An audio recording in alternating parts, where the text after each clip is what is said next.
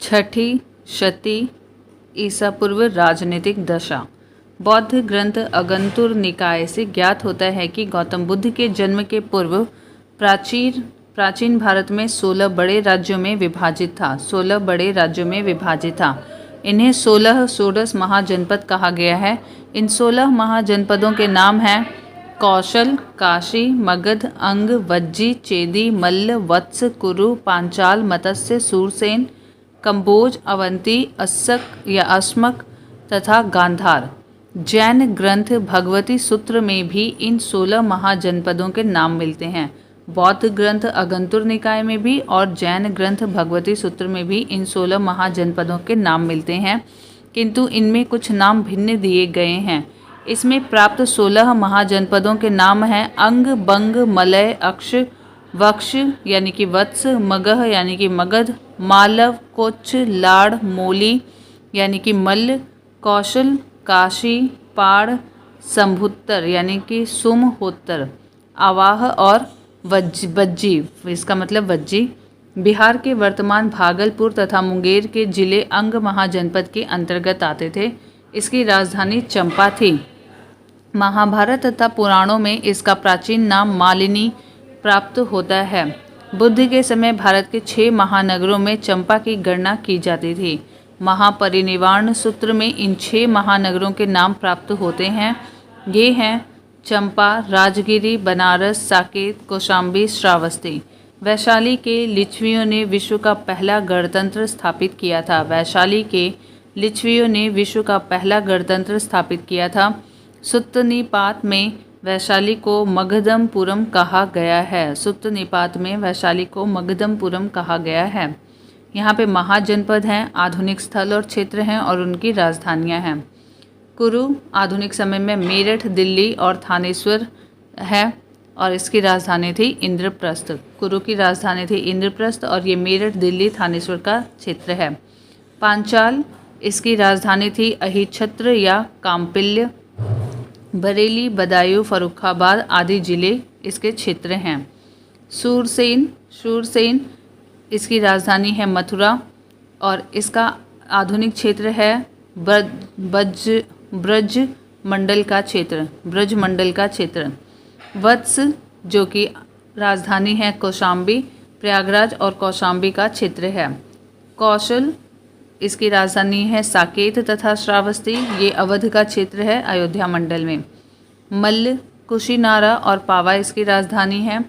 राजधानी थी कुशीनगर, देवरिया आदि जिलों के आसपास के क्षेत्र मल्ल क्षेत्र में आते हैं। काशी की राजधानी है वाराणसी और वाराणसी के समीपवर्ती क्षेत्र जो वर्तमान में हैं। अंग की राजधानी है चंपा, भागलपुर और मुंगेर के वर्तमान के क्षेत्र। मगध इसकी राजधानी है गिरि, ब्रज अथवा राजगृह। वर्तमान के क्षेत्र हैं पटना, नालंदा, गया आदि जिले। वज्जी इसकी राजधानी है वैशाली, दरभंगा आदि जिले बिहार के तथा नेपाल का मिथिला क्षेत्र वर्तमान क्षेत्र है इसका वज्जी का। चेदी इसकी राजधानी है सोतिथवती और करंट के क्षेत्र हैं बुंदेलखंड क्षेत्र का पूर्वी भाग एवं निकटवर्ती क्षेत्र चेदी का। मत्स्य की राजधानी थी विराटनगर और ये करंट में आता है जयपुर, अलवर और भरतपुर में। अश्मक की राजधानी है पोटन या पोटली और इसके वर्तमान क्षेत्र हैं नर्मदा नदी, गोदावरी नदी घाटी का मध्य का क्षेत्र। नर्मदा नदी, गोदावरी नदी के घाटी का मध्य का क्षेत्र। अवंती इसकी राजधानी थी उज्जैनी या माहिष्मती और ये है पश्चिमी तथा मध्य मालवा का क्षेत्र। गांधार इसकी राजधानी है तक्षशिला, पाकिस्तान का पश्चिमी भाग तथा अफगानिस्तान का पूर्वी भाग करंट के क्षेत्र हैं। कंबोज इसकी राजधानी है राजपुर या हाटक, जम्मू एवं कश्मीर का कुछ क्षेत्र एवं हजारा जिला पाकिस्तान इसका करंट का क्षेत्र है। वैशाली बुद्ध काल का सबसे बड़ा तथा शक्तिशाली गणराज्य था। पुराणों के अनुसार मगध पर शासन करने वाला पहला राजवंश बृहद्रथ वंश था। इस वंश के पहले राजा बृहदत्त का पुत्र जरासंध था, जिसने गिरिव्रज यानी राजगृह को अपनी राजधानी बनाया। महाभारत के वन पर्व में राजगृह को जरासंध की राजधानी बताया गया है। बौद्ध ग्रंथों के अनुसार मगध का प्रथम प्रतापी शासक बिंबिसार था। यह हर्यक वंश से संबंधित था। काशी का सबसे शक्तिशाली शासक ब्रह्मदत्त था। इसने कौशल पर विजय प्राप्त की थी। अंतोगत्वा कौशल के राजा कंस ने काशी को जीतकर अपने राज्य में शामिल कर लिया। प्रसेनजीत के समय कौशल का काशी के अतिरिक्त कपिलवस्तु के शाक्य, केसपुत्र के कालाम, रामगाम के कोलिय, पावा और कुशीनारा के मल्ल और पिपलीवन के मौर्य आदि गणराज्यों पर भी अधिकार था। संयुक्त निकाय के अनुसार प्रसेनजीत 5 राजाओं के एक गुट का नेतृत्व करता था। महाकाव्य काल में कौशल राज्य की राजधानी अयोध्या थी। महाकाव्य काल में कौशल राज्य की राजधानी अयोध्या थी। कौशल के प्रमुख नगर श्रावस्ती और अयोध्या थे। बुद्ध काल में कौशल के 2 भाग हो गए थे। उत्तरी भाग की राजधानी श्रावस्ती तथा दक्षिणी भाग की राजधानी साकेत थी। उत्खननों के आधार पर ज्ञात हुआ है कि प्राचीन श्रावस्ती का नगर विन्यास अर्धचंद्राकार था। पूर्वी उत्तर प्रदेश के कुशीनगर, देवरिया आदि जिले के निकटवर्ती क्षेत्रों में मल्ल महाजनपद स्थित था। इसके 2 भाग थे। एक की राजधानी पावा, फाजिल नगर और उस्मानपुर थी और दूसरे की कुशीनारा, कस्या थी। 6ठी शताब्दी ईसा पूर्व में आधुनिक बुंदेलखंड के पूर्वी और उसके समीपवर्ती भागों में चेदी महाजनपद स्थित था। इसकी राजधानी शौथितवती थी। इसकी पहचान महाभारत में शुक्तिमती से की जाती है। महाकाव्य काल में चेदी का शासक शिशुपाल था, जिसका वध कृष्ण द्वारा किया गया था। प्रयागराज एवं कौशाम्बी जिलों के आसपास के क्षेत्रों में वत्स महाजनपद स्थित था। विष्णु पुराण से ज्ञात होता है कि हस्तिनापुर के राजा निचछू ने हस्तिनापुर के गंगा के प्रवाह में बह जाने के बाद कौशाम्बी को अपनी राजधानी बनाई थी। बुद्ध काल में यहाँ पौरव वंश का शासन था। यहाँ का शासक उदयन था। बौद्ध भिक्षु पिंडोला ने उदयन को बौद्ध मत में दीक्षित किया था। उदयन वासवदत्ता की दंत कथा उज्जैन से संबंधित है। इस कथा को महाकवि भास ने अपने नाटक स्वप्नवासवदत्तम में वर्णित किया है। कुरु महाजनपद मेरठ, दिल्ली तथा थानेश्वर के समीपवर्ती भूभागों में स्थित था। महाकाव्यकालीन हस्तिनापुर नगर इसी राज्य में स्थित था। बुद्ध के समय यहाँ का राजा कौरव्य था। पांचाल महाजनपद आधुनिक रुहेलखंड क्षेत्र के बरेली, बदायूं, फर्रुखाबाद आदि के जिलों से मिलकर बनता था। प्रारंभ में इसके 2 भाग थे। उत्तरी पांचाल की राजधानी अहिछत्र तथा दक्षिणी पांचाल की राजधानी कांपिल्य। पांचाल महाजनपद के अंतर्गत कान्यकुब्ज का प्रसिद्ध नगर स्थित था। पांचाल जनपद की सीमाएं हिमालय की तलहटी से लेकर दक्षिण में चंबल नदी तक तथा पूर्व में कौशल तथा पश्चिम में कुरु जनपद को स्पर्श करती थी। पांचाल मूलतः एक राजतंत्र था, किंतु ऐसा प्रतीत होता है कि कौटिल्य के समय तक वह एक गणराज्य हो गया था। मत्स्य महाजनपद राजस्थान के जयपुर क्षेत्र में बसा हुआ था। इसके अंतर्गत वर्तमान अलवर एवं भरतपुर का एक भाग भी सम्मिलित था। इसकी राजधानी विराटनगर की स्थापना विराट नामक राजा द्वारा की गई थी। सूरसेन महाजनपद आधुनिक ब्रजमंडल क्षेत्र में बसा हुआ था। इसकी राजधानी मथुरा थी। प्राचीन यूनानी लेखक इस राज्य को सुरसेनोई तथा इसकी राजधानी को मेथोरा कहते थे। अश्मक महाजनपद नर्मदा तथा गोदावरी नदी घाटी क्षेत्र के मध्य स्थित था। महाजनपदों में केवल अश्मक ही दक्षिण भारत में स्थित था। अवंती महाजनपद पश्चिमी तथा मध्य मालवा के क्षेत्र में बसा था। इस महाजनपद के 2 भाग थे। उत्तरी अवंती की राजधानी उज्जैनी तथा दक्षिणी अवंती की राजधानी माहिष्मती थी। गौतम बुद्ध के समय यहाँ का राजा प्रघोत था। बिंबिसार के समय में मगध के साथ प्रगोध के संबंध मैत्रीपूर्ण थे। प्रगोध के पांडु रोग से ग्रसित हो जाने पर बिंबिसार ने अपने राजवैद्य जीवक को उसके उपचार हेतु भेजा था। बौद्ध पुरोहित महाकच्चायन के प्रभाव से प्रघोत जो है वो बौद्ध बन गया। प्राचीन भारत के पश्चिमोत्तर भाग में 2 जनपद थे। और ये जनपद थे गांधार और कंबोज। गांधार और कंबोज। गांधार महाजनपद वर्तमान पश्चिमी पाकिस्तान तथा पूर्वी अफगानिस्तान में स्थित था। रामायण से ज्ञात होता है कि तक्षशिला नगर की स्थापना भरत के पुत्र तक्ष ने की थी। गांधार महाजनपद का दूसरा प्रमुख नगर पुष्कलावती था। कौटिल्य ने कंबोजों को वार्ता शस्त्रोपजीवी संघ अर्थात पशुपालन, कृषि, वाणिज्य तथा शस्त्र द्वारा जीविका चलाने वाला कहा है। प्राचीन समय में कंबोज अपने श्रेष्ठ घोड़ों के लिए विख्यात था। कंबोज अपने श्रेष्ठ घोड़ों के लिए विख्यात था। 16 महाजनपदों में से 4 कौशल, मगध, वत्स तथा अवंती अत्यंत शक्तिशाली थे। 16 महाजनपदों में 8 वर्तमान उत्तर प्रदेश में स्थित थे। ये महाजनपद हैं काशी, कौशल, वत्स, मल्ल, कुरु, पांचाल, सूरसेन तथा चेदी। बुद्ध काल में गंगा घाटी में कई गणराज्यों के अस्तित्व का प्रमाण मिलता है। ये गणराज्य थे कपिलवस्तु के शाक्य, सुमसुमार गिरी के भग्ग, अलकप्प के बुली, केशपुत्र के कालाम, रामगाम के कौलिय और कुशीनारा के मल्ल, पावा के मल्ल, पिपलीवन के मौर्य और वैशाली के लिच्छवी तथा मिथिला के विदेह। सिक्कों के अध्ययन को न्यूमिस्मैटिक कहा जाता है। भारत के प्राचीनतम सिक्कों को आहत सिक्के या पंचमार्क सिक्के कहा जाता था। ये चांदी के बने होते थे। इनके ऊपर ठप्पा देकर निशान बनाए जाते थे, इसलिए इन्हें आहत सिक्के या पंचमार्क सिक्के कहा जाता है। ये सिक्के 6ठी शताब्दी ईसा पूर्व से मौर्य काल के मध्य प्राप्त होते हैं। बुद्ध घोष की टीका सुमंगल विलासिनी से वज्जी संघ की न्याय व्यवस्था के बारे में जानकारी प्राप्त होती है और ये बुद्ध घोष की टीका है। इससे ज्ञात होता है कि वज्जी संघ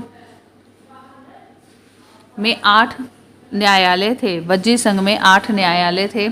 मगध की महत्ता का वास्तविक संस्थापक राजा बिंबिसार लगभग 544 से 492 ईसा पूर्व था। यह हर्यक वंश से संबंधित था। जैन साहित्य में बिंबिसार को श्रेणिक कहा गया था। महावंश के अनुसार बिंबिसार 15 वर्ष की आयु में मगध नरेश बना था। सर्वप्रथम इसने प्रमुख राजवंशों के साथ वैवाहिक संबंध स्थापित कर अपनी स्थिति सुदृढ़ की।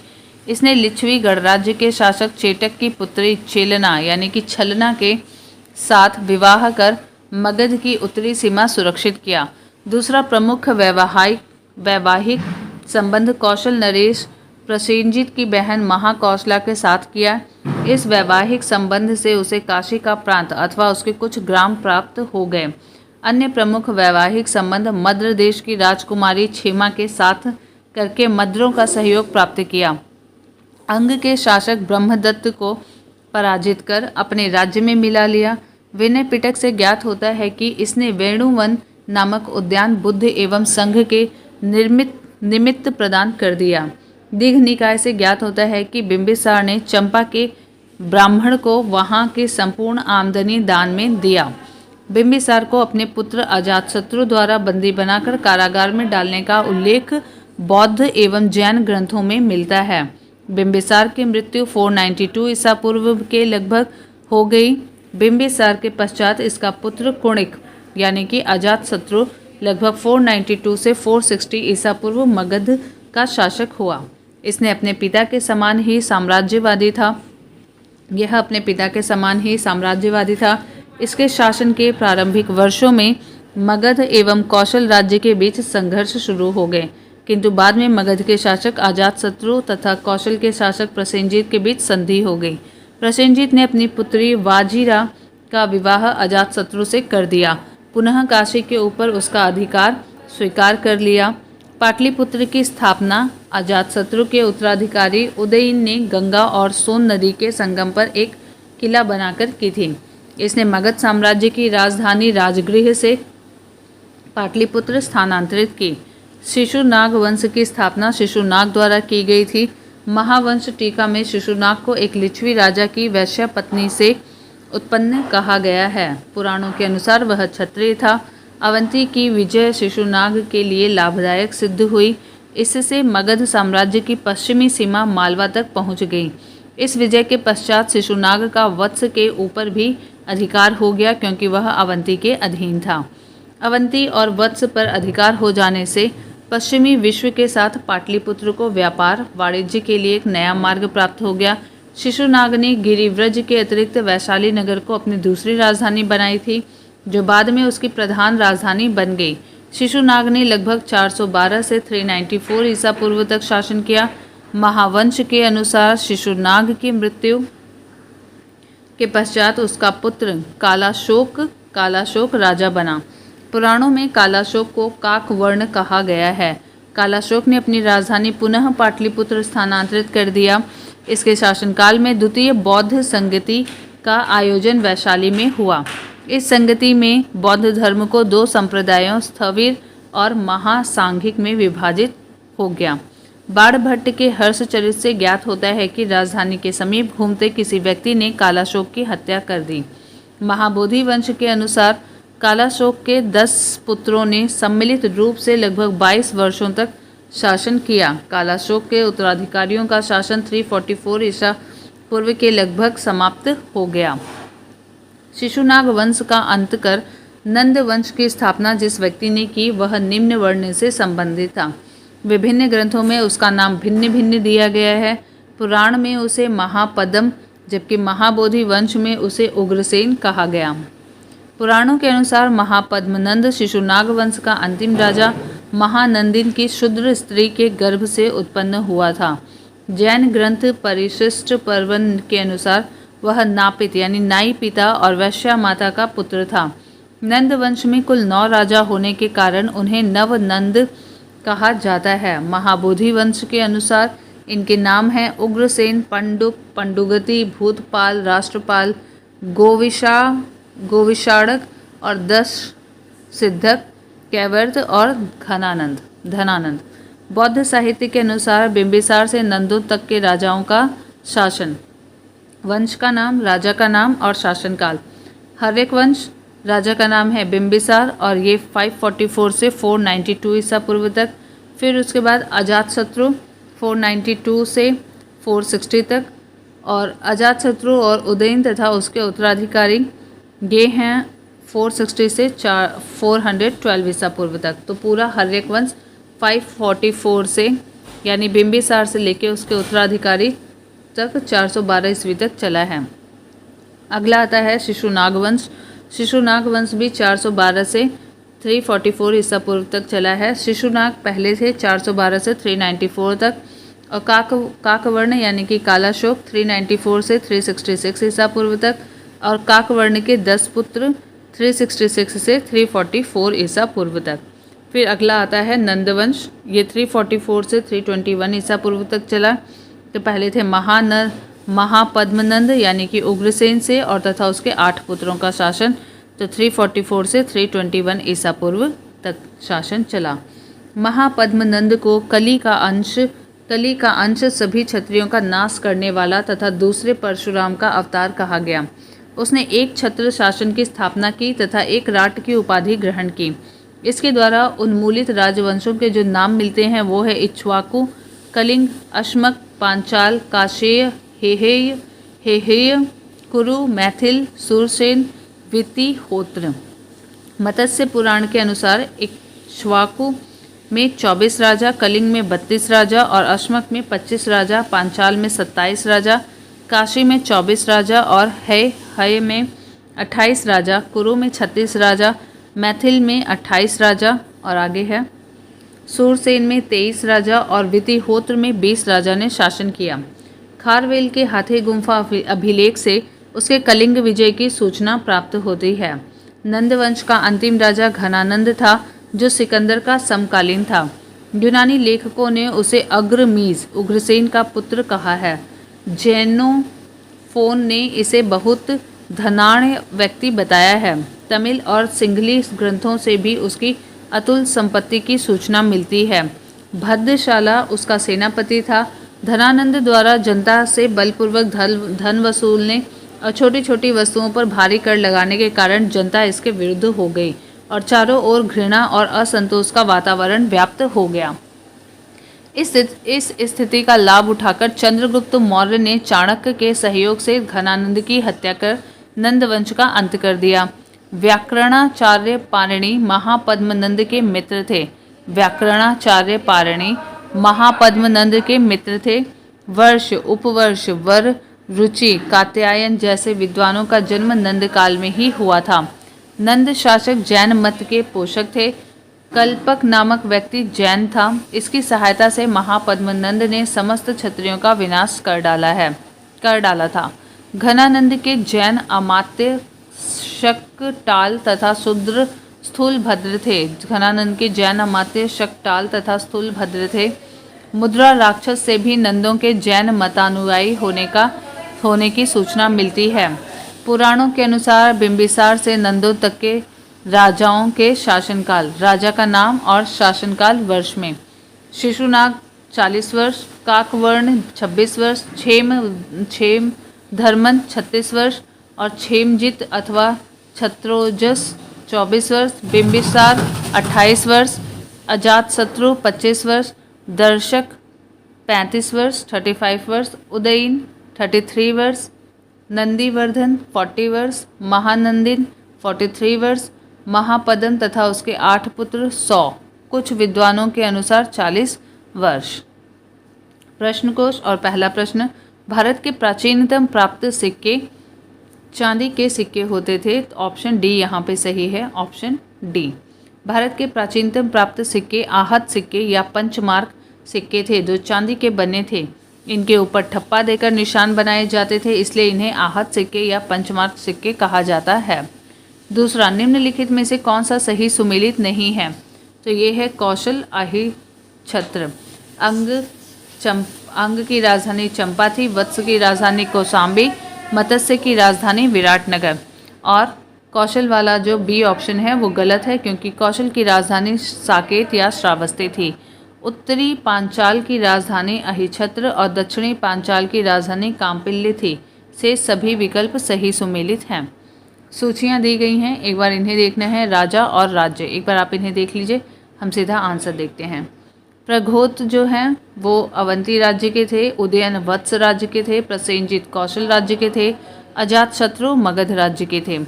चंड प्रघोत किस प्राचीन गढ़ राज्य के राजा थे? तो ये अवंती के थे, ऑप्शन सी। एक्सप्लेनेशन देखते हैं इसका। चंड प्रघोत अवंती का शासक था। बुद्ध काल में अवंती की राजधानी उज्जैन थी।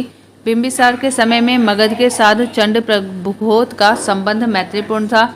एक बार प्रघोत के पांडु रोग से ग्रसित होने पर बिंबिसार ने अपने राजवैद्य जीवक को उसके उपचार हेतु भेजा था। क्वेश्चन नंबर 5, अभिलेखीय साक्ष्य से प्रकट होता है कि नंद राजा के आदेश से एक नहर खोदी गई थी कलिंग में। ऑप्शन सी, कलिंग में खोदी गई थी। खारवेल के हाथी गुम्फा अभिलेख से नंद राजा महापद्मनंद की कलिंग विजय सूचित होती है। इसके अनुसार नंद राजा जिनसेन की एक प्रतिमा उठा ले गया और उसने कलिंग में एक नहर का निर्माण करवाया था। उज्जैन का प्राचीन काल में नाम क्या था? तो ये अवंतिका था। Avantika, option C. मध्य प्रदेश में स्थित उज्जैन को भारत के प्राचीन ऐतिहासिक नगरों में गिना जाता है। यह 16 महाजनपदों में से एक, अवंती की 2 राजधानियों में से एक थी। उत्तरी अवंती की राजधानी उज्जैनी तथा दक्षिणी अवंती की राजधानी महिष्मती थी। अवंती को अवंतिका भी कहा जाता था। निम्नलिखित मानचित्र में प्राचीन भारत में पाए जाने वाले 16 महाजनपदों में से 4 दर्शाए गए हैं। तो ए, बी, सी और डी करके दर्शाया गया है और इन्हें सीक्वेंस वाइज बताना है कि ये इसमें से कौन है। तो एक बार यहाँ देख लेते हैं। यहाँ पे सी सीक्वेंस है, इसका मतलब पहले मत्स्य है, अवंती है, वत्स है, फिर अंग है। मत्स्य है ए, अवंती है, फिर वत्स है, फिर अंग है। एक बार यहाँ देख लेते हैं एक्सप्लेनेशन में। प्रश्नगत मानचित्र में ए, बी, सी, डी से क्रमशः मत्स्य, अवंती, वत्स और अंग महाजनपद दर्शाए गए हैं। मत्स्य महाजनपद राजस्थान प्रांत के जयपुर, मत्स्य जो है वो राजस्थान प्रांत के जयपुर, अलवर और भरतपुर जिलों के निकटवर्ती क्षेत्रों में बसा था। इसकी राजधानी विराटनगर थी। पश्चिमी और मध्य मालवा के क्षेत्र में अवंती महाजनपद बसा हुआ था। इसके 2 भाग थे, उत्तरी अवंती जिसकी राजधानी उज्जैनी थी और दक्षिणी अवंती जिसकी राजधानी महिष्मती थी। आधुनिक प्रयागराज तथा कौशाम्बी जिले कौशाम्बी जिले प्राचीन काल में वत्स महाजनपद का निर्माण करते थे। कौशाम्बी जिसकी राजधानी थी। बिहार के वर्तमान भागलपुर तथा मुंगेर के जिले अंग महाजनपद के अंतर्गत थे और चंपा इसकी राजधानी थी। अगला प्रश्न है क्वेश्चन नंबर 8। प्राचीन नगर जो महाभारत और महाभाष्य दोनों में उल्लिखित हैं, तो यहाँ पे स्टार बना हुआ है। सीधा एक्सप्लेनेशन देखते हैं।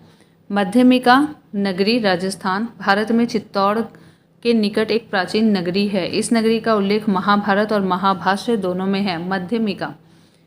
विराटनगर बैराठ राजस्थान के जयपुर में स्थित है। महाभारत काल में पांडवों ने अपना अज्ञातवास यहाँ व्यतीत किया था, विराटनगर में। इसका भी उल्लेख महाभारत और महाभाष्य में मिलता है। तो विराटनगर और मध्यमिका दोनों का मिलता है और दोनों ही ऑप्शन यहाँ पे दिए हुए हैं। अगला प्रश्न है क्वेश्चन नंबर 9।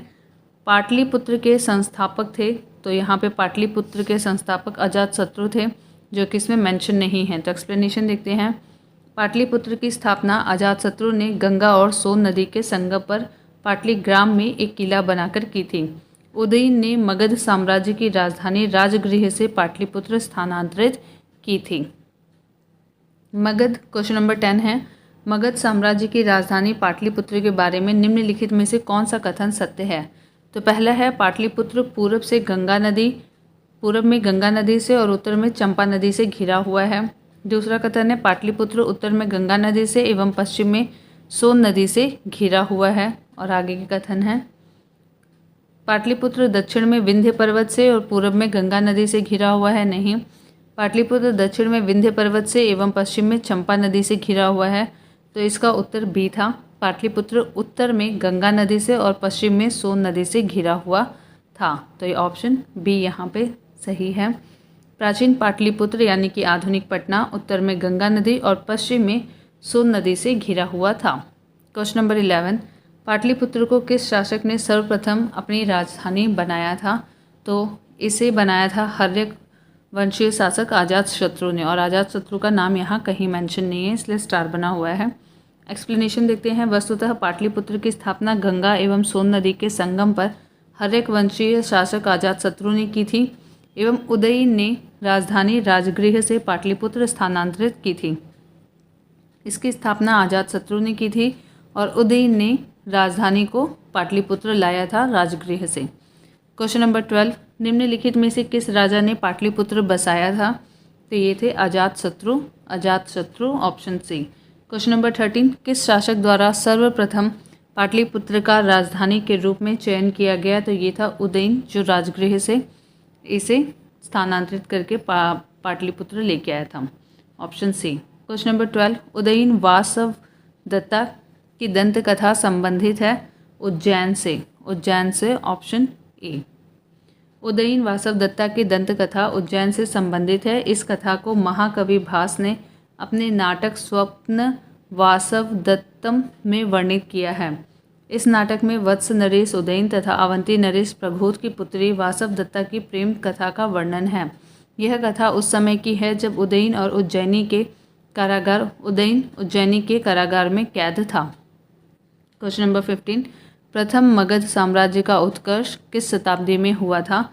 तो ये ईसा पूर्व छठवीं शताब्दी में हुआ था। Option B. प्रथम मगध साम्राज्य का उत्कर्ष ईसा पूर्व 6वीं शताब्दी में हुआ था। इस साम्राज्य की महत्ता का वास्तविक संस्थापक राजा बिंबिसार लगभग 544 से 492 ईसा पूर्व था। वह हर्यक कुल से संबंध रखता था। Question number 16। निम्नलिखित में से कौन सा एक ईसा पूर्व 6ठी शताब्दी में प्रारंभ में भारत का सर्वाधिक शक्तिशाली नगर राज्य था? तो ये था Magadh. Option D.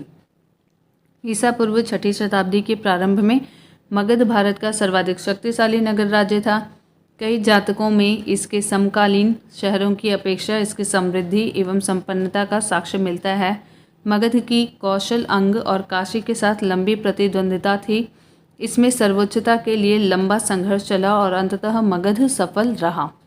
Question number 17। प्रारंभिक गणतंत्र में कौन सा नहीं था?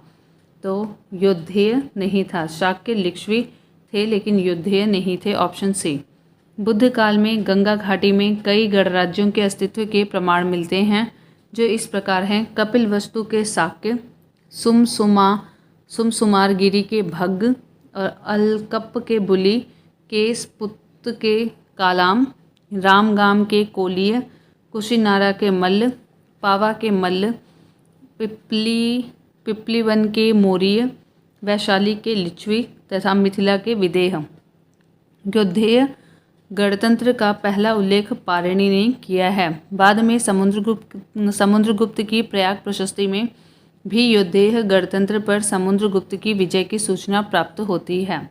इस प्रकार यह गणतंत्र 4वीं शताब्दी ईसा पूर्व से गुप्त काल तक विद्यमान था। और आगे है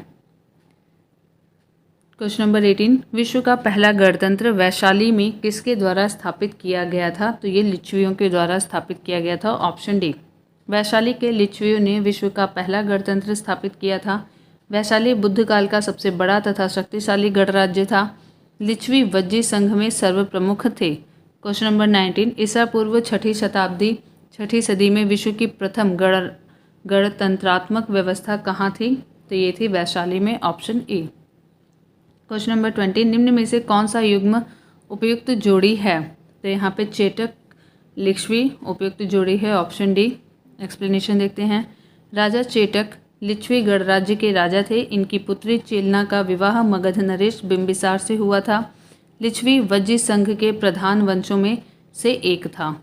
क्वेश्चन नंबर 21, 6ठी शताब्दी ईसा पूर्व के 16 महाजनपदों के विषय में निम्नलिखित में से किस बौद्ध ग्रंथ में सूचना मिलती है? अगंतुर निकाय में मिलती है। Option D. ऑप्शन डी अगंतुर निकाय।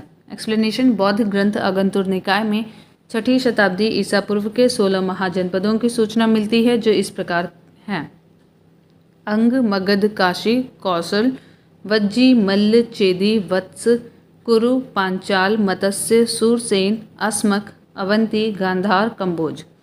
जैन ग्रंथ भगवती सूत्र में भी 16 महाजनपदों की सूची मिलती है। 16 महाजनपदों की सूची उपलब्ध है तो महाभारत में, अगंतुर निकाय में, छंदोग्य उपनिषद में और संयुक्त निकाय में। तो अगंतुर निकाय option B.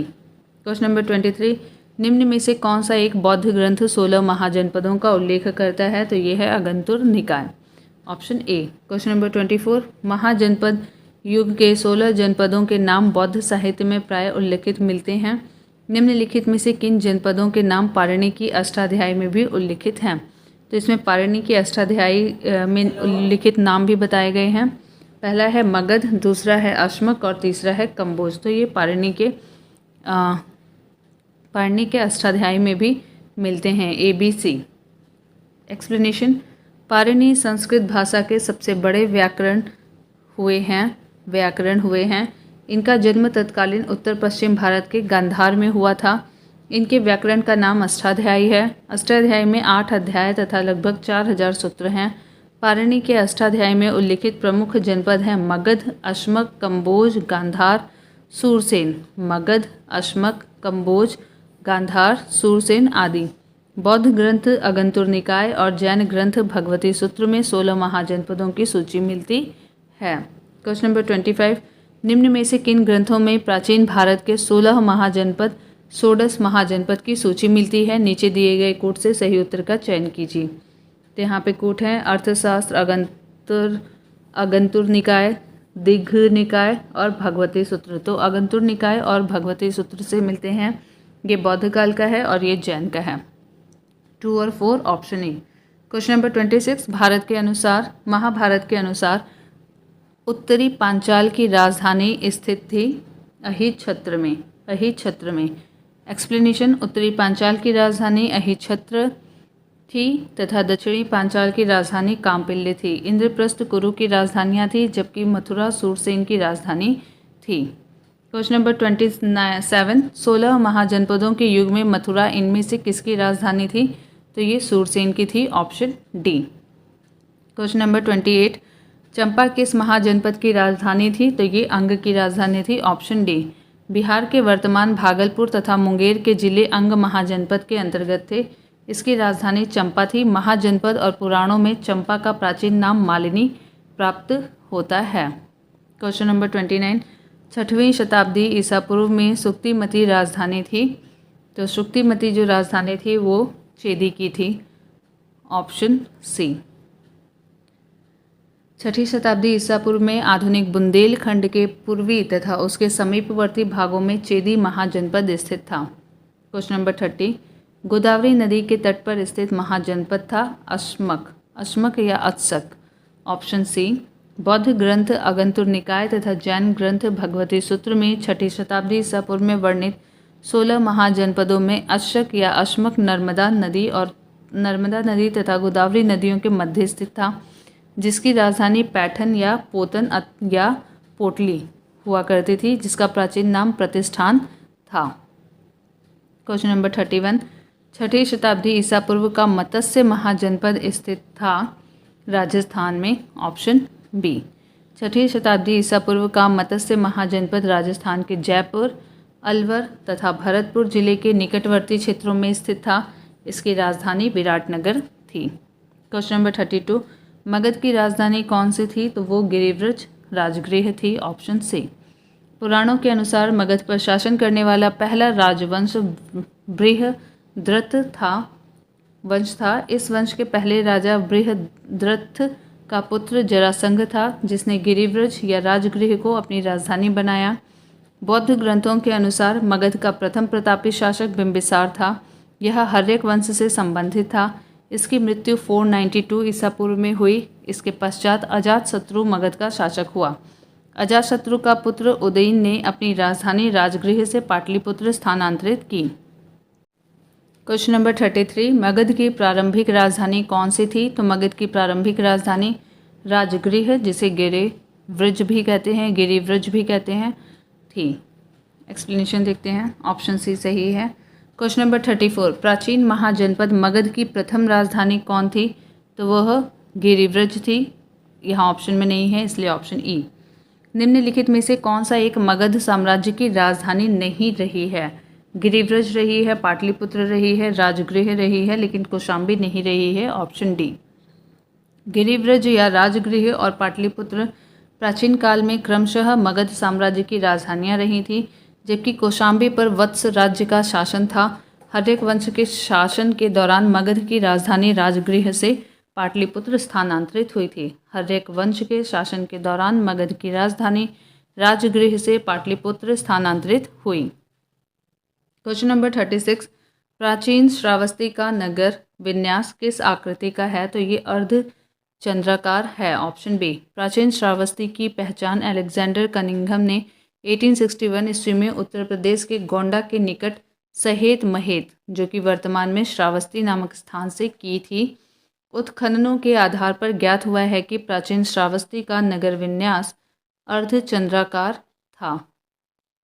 Question number 37, Magadh के किस प्रारंभिक शासक ने राज्यारोहण के लिए अपने पिता की हत्या की एवं स्वयं इसी कारणवश अपने पुत्र द्वारा मारा गया था? तो ये था अजातशत्रु। Option B. मगध का शासक अजातशत्रु 492 से 460 ईसा पूर्व तक अपने पिता हर्यक वंश के संस्थापक बिंबिसार की हत्या कर राजगद्दी पर बैठा था। इसकी हत्या भी इसके पुत्र उदयन, कौशाम्बी के वत्स राजा उदयन से भिन्न है, ये ने कर दी थी। अजातशत्रु के वंश का नाम क्या था? तो ये हर्यक वंश था। Option B. क्वेश्चन नंबर 39, राजकुमार जो अपने पिता की मृत्यु के लिए उत्तरदायी था? तो ये था Ajatashatru. Option A. Question number 40, किसने मगध साम्राज्य में वज्जीगढ़ संघ को हराकर आत्मसात किया था? तो ये थे अजातशत्रु। Option D. वैशाली वज्जी संघ का प्रमुख गढ़ राज्य था। यहाँ के शासक लिच्छवी थे। बिंबिसार के समय से ही मगध एवं वज्जी संघ में मनमुटाव था, जो अजातशत्रु के समय संघर्ष में बदल गया। निर्यावली सूत्र से ज्ञात होता है कि उस समय लिच्छवीगढ़ का प्रधान चेटक था। उसने 9 लिच्छवियों, 9 मल्लों तथा 18 गणराज्यों काशी कौशल के को एकत्र करके मगध नरेश के विरुद्ध एक सम्मिलित मोर्चा तैयार किया। भगवती सूत्र से ज्ञात होता है कि अजातशत्रु इन सब का विजेता था। अजातशत्रु ने कूटनीति से काम लिया। पाटलीग्राम में उसने सुदृढ़ दुर्ग का निर्माण करवाया। तत्पश्चात उसने अपने मंत्री वत्साकार को भेजकर वज्जी संघ में फूट डलवा दी। फलस्वरूप वे परस्पर लड़ने लगे और उनका संगठन कमजोर हो गया।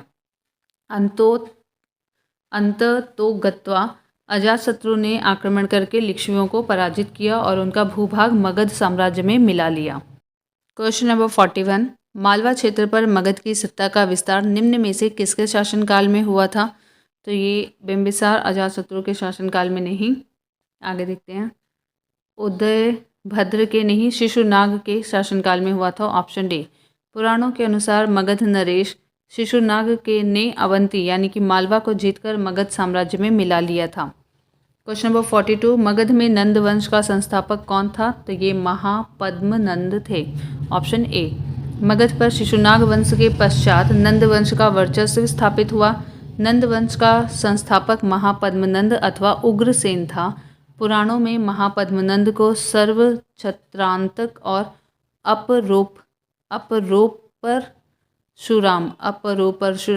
अपरोपरशुराम कहा गया है।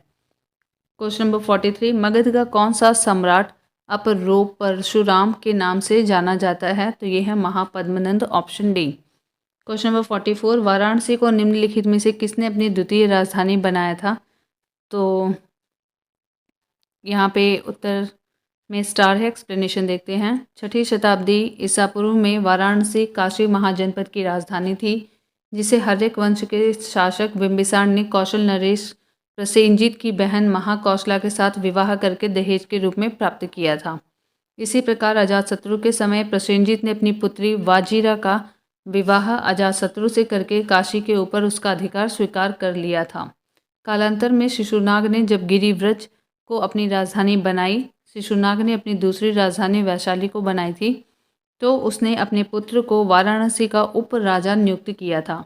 अतः दिए गए विकल्पों में यह स्पष्ट नहीं है कि वाराणसी को अपनी दूसरी राजधानी किसने बनाया था। उल्लेखनीय कि उत्तर प्रदेश लोक सेवा आयोग ने इस प्रश्न का उत्तर शिशुनाग माना है। क्वेश्चन नंबर 45, नंद वंश के पश्चात मगध पर किस राजवंश ने शासन किया था? तो इसका उत्तर है शिशुनाग वंश के अंत करके नंद वंश ने इस पर शासन किया था। तो इसका उत्तर है यहाँ पे मौर्य।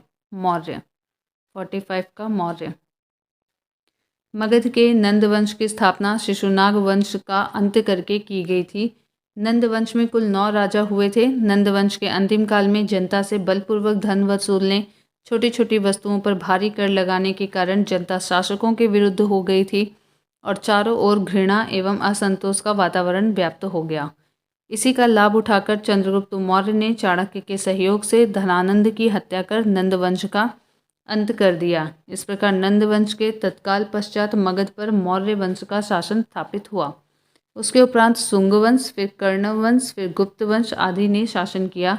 प्रश्नानुसार निकटतम सही उत्तर विकल्प ए है, मौर्य। क्वेश्चन नंबर 46, राजा नंद का उल्लेख करने वाला अभिलेखीय प्रमाण है खारवेल का हाथी गुम्फा अभिलेख। खारवेल का हाथी गुम्फा अभिलेख। Option A. कलिंग के चेदी वंश का सबसे प्रतापी शासक खारवेल था। इसके विषय में जानकारी का प्रमुख स्रोत इसका हाथी गुम्फा अभिलेख है। नंद वंशीय शासक महापद्मनंद द्वारा कलिंग में नहर खुदवाए जाने का उल्लेख इस अभिलेख में किया गया है, अर्थात यह नहरों की जानकारी देने वाला प्रथम अभिलेखीय साक्ष्य है। क्वेश्चन नंबर 47, निम्नलिखित मगध राजवंशों को काल क्रमानुसार व्यवस्थित कीजिए। तो यहाँ पे बी ऑप्शन सही है, जिसमें पहला है हर्यक वंश और उसके बाद आएगा नंद वंश और उसके बाद आएगा मौर्य वंश, फिर शुंग वंश। ऑप्शन बी विकल्प में दिया हुआ है, तो उस हिसाब से हम टाइम देखते हैं। हर्यक वंश का है 544 ईसा पूर्व से 412 ईसा पूर्व। नंद वंश का है 344 ईसा पूर्व से 321 ईसा पूर्व। मौर्य वंश आया था 321 से 184 तक और शुंग वंश था 184 से 75 ईसा पूर्व तक। क्वेश्चन नंबर 48, गौतम बुद्ध के समय का प्रसिद्ध वैद्य जीवक किसके दरबार से संबंधित था? तो ये बिंबिसार के दरबार से संबंधित था। Option A. गौतम बुद्ध के समय का प्रसिद्ध वैद्य जीवक बिंबिसार के दरबार से संबंधित था। बिंबिसार ने अपने राजवैद्य जीवक को अवंती नरेश चंड प्रघोत के राज्य में चिकित्सा सेवा के लिए भेजा था।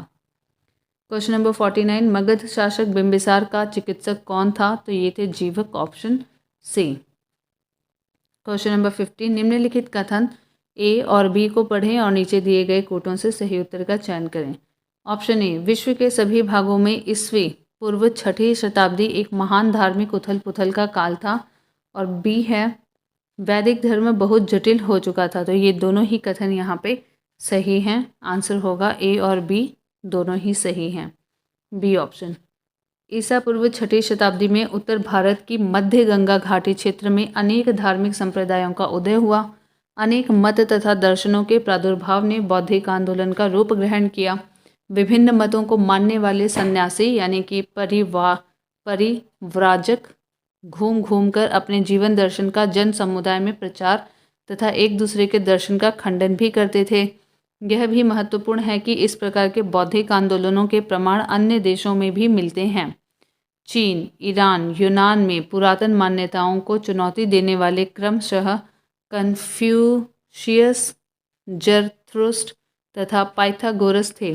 वैदिक धर्म बहुत जटिल हो चुका था। मंत्रों की शुद्धता और यज्ञों पर बहुत जोर था, जिससे पुरोहितों का महत्व अत्यधिक बढ़ गया। यज्ञों में बहुत धन व्यय होने लगा और पशु बलि को भी बढ़ावा मिला। क्वेश्चन नंबर 51, काल्पी नगर किस नदी के तट पर स्थित है?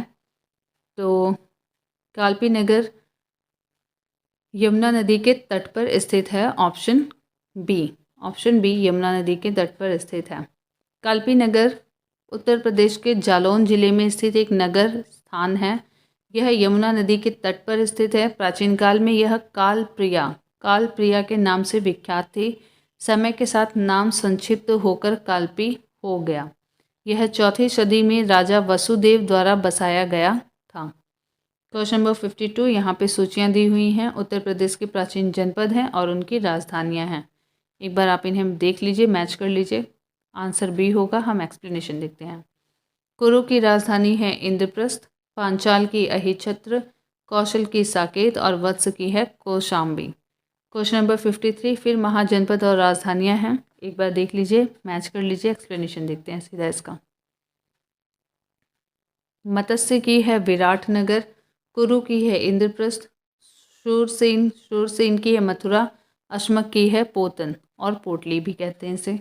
क्वेश्चन नंबर 54, निम्नलिखित में से कौन सा एक सही सुमेलित नहीं है? कंबोज की राजपुर और हाटक सही है। अश्मक की पोतन या पोटली सही है। सूरसेन ये सही नहीं है। कौशल की श्रावस्ती सही है। तो यहाँ पे एक्सप्लेनेशन देखते हैं इसका।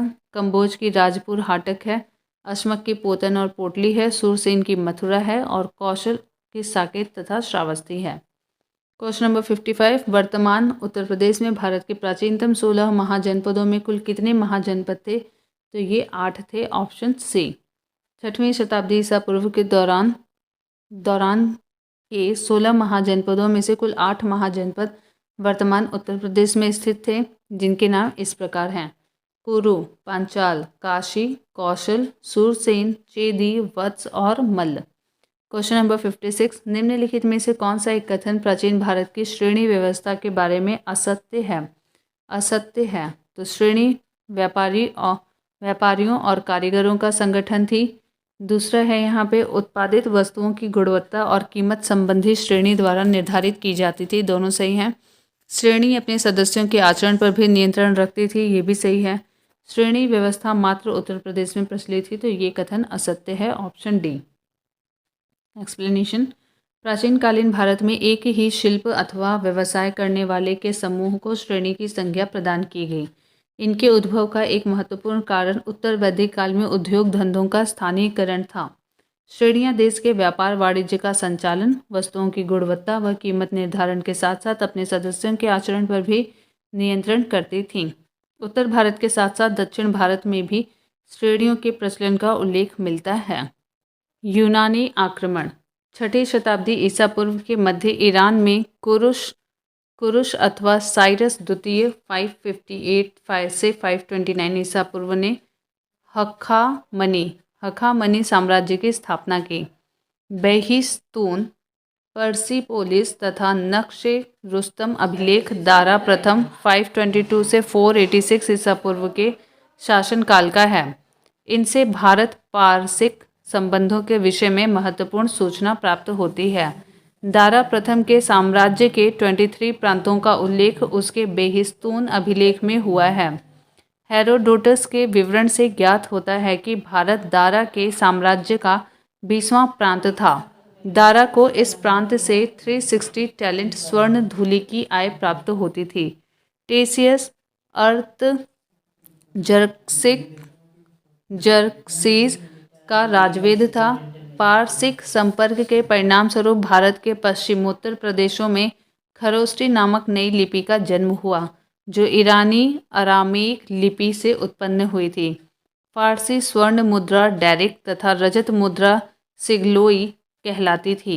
ईरानी सिक्के सिग्लोई पश्चिमोत्तर प्रांत में प्रचलित थे। महापद्मनंद के उत्तराधिकारियों की संख्या पुराणों तथा बौद्ध ग्रंथों में 8 मिलती है। इस वंश का अंतिम शासक घनानंद था, जो सिकंदर का समकालीन था। उसे यूनानी लेखकों ने अग्रमीज कहा है।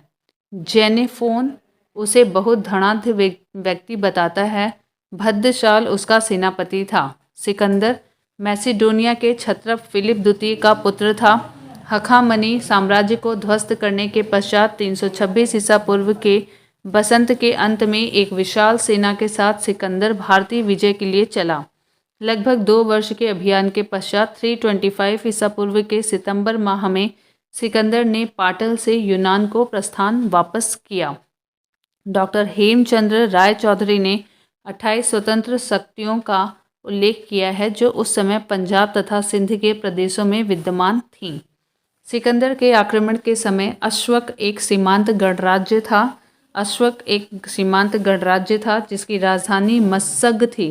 यूनानी लेखकों के अनुसार सिकंदर के विरुद्ध हुए युद्ध में बड़ी संख्या में पुरुष सैनिकों के मारे जाने के पश्चात यहाँ की स्त्रियों ने शस्त्र धारण किया था। इसी विवरण से पता चलता है कि सिकंदर ने इस नगर की समस्त स्त्रियों को मौत के घाट उतार दिया था। पुरु यानी कि पोरस का राज्य झेलम और चिनाब नदी के बीच बसा हुआ था। सिकंदर ने झेलम नदी के तट पर पुरु को पराजित किया, परंतु उसकी वीरता से प्रभावित होकर सिकंदर ने उसे अपना मित्र बना लिया तथा उसे अपना राज्य और कुछ नए इलाके प्रदान किए। सिकंदर ने 2 नगरों निकैया तथा बऊ-केफला की स्थापना की। ब्यास नदी सिकंदर के उत्कर्ष का चरम बिंदु सिद्ध हुई। इसके सैनिकों द्वारा आगे बढ़ने से इनकार के पश्चात उसने स्वदेश लौटने का फैसला किया। 323 ईसा पूर्व के लगभग सिकंदर की मृत्यु हो गई। सिकंदर के आक्रमण के परिणामस्वरूप पश्चिमोत्तर भारत में अनेक यूनानी उपनिवेश निकैया, बऊ-केफला, सिकंदरिया स्थापित हो गए। व्यापारिक संपर्क के फलस्वरूप यूनानी मुद्राओं के अनुकरण पर भारत में उलुक शैली के सिक्के ढाले गए। प्रश्नकोश और पहला प्रश्न, सिकंदर के हमले के समय उत्तर भारत पर निम्नलिखित राजवंशों में से किस एक का शासन था? तो वो नंद वंश का था। Option A. नंद वंश का अंतिम शासक घनानंद था, जो सिकंदर का समकालीन था। उसे यूनानी लेखकों ने अग्रमीज कहा है। जेनोफोन ने उसे बहुत धनाढ्य व्यक्ति बताया है और भद्रशाल उसका सेनापति था। क्वेश्चन नंबर 2, निम्नलिखित में से मगध का कौन सा राजा सिकंदर महान के समकालीन था? तो ये थे Dhanananda. Option B. Question number 3, निम्नलिखित कथनों पर विचार कीजिए। कथन ए, लगभग 2 वर्ष के अभियान के पश्चात सिकंदर महान 325 ईसा पूर्व में भारत छोड़ दिया और कारण वह चंद्रगुप्त मौर्य से पराजित हुआ था।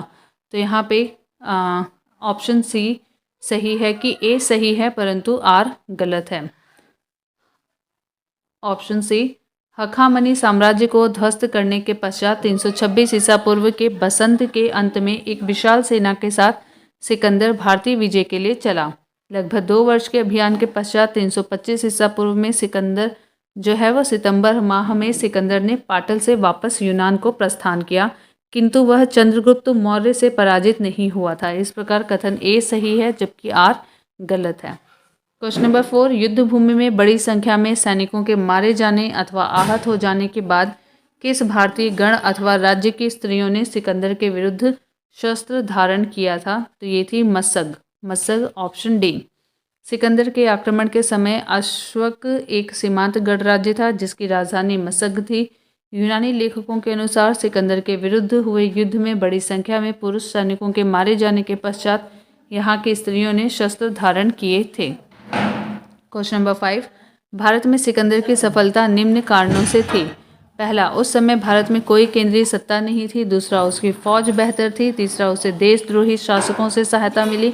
और चौथा, वह एक अच्छा प्रशासक था। तो पहला, दूसरा, तीसरा यहाँ पे सही है, ऑप्शन बी। एक्सप्लेनेशन इसका देखते हैं। सिकंदर की भारत में सफलता के उपयुक्त कारणों में से प्रथम 3 सत्य थे। डॉक्टर हेमचंद्र राय चौधरी ने उस समय यहाँ 28 स्वतंत्र शक्तियों का उल्लेख किया है।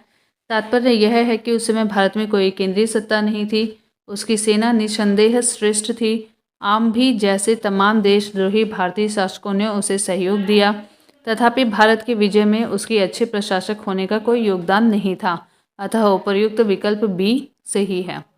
क्वेश्चन नंबर 6, उस वीर भारतीय राजा का नाम बताइए जिसे सिकंदर ने झेलम के तट पर पराजित किया था। तो वो पुरु और पोरस थे। पुरु या पोरस। सिकंदर ने झेलम नदी के तट पर पोरस पुरु को पराजित किया, परंतु उसकी वीरता से प्रभावित होकर सिकंदर ने उसे अपना मित्र बना लिया तथा उसे अपना राज्य और कुछ नए इलाके प्रदान किए।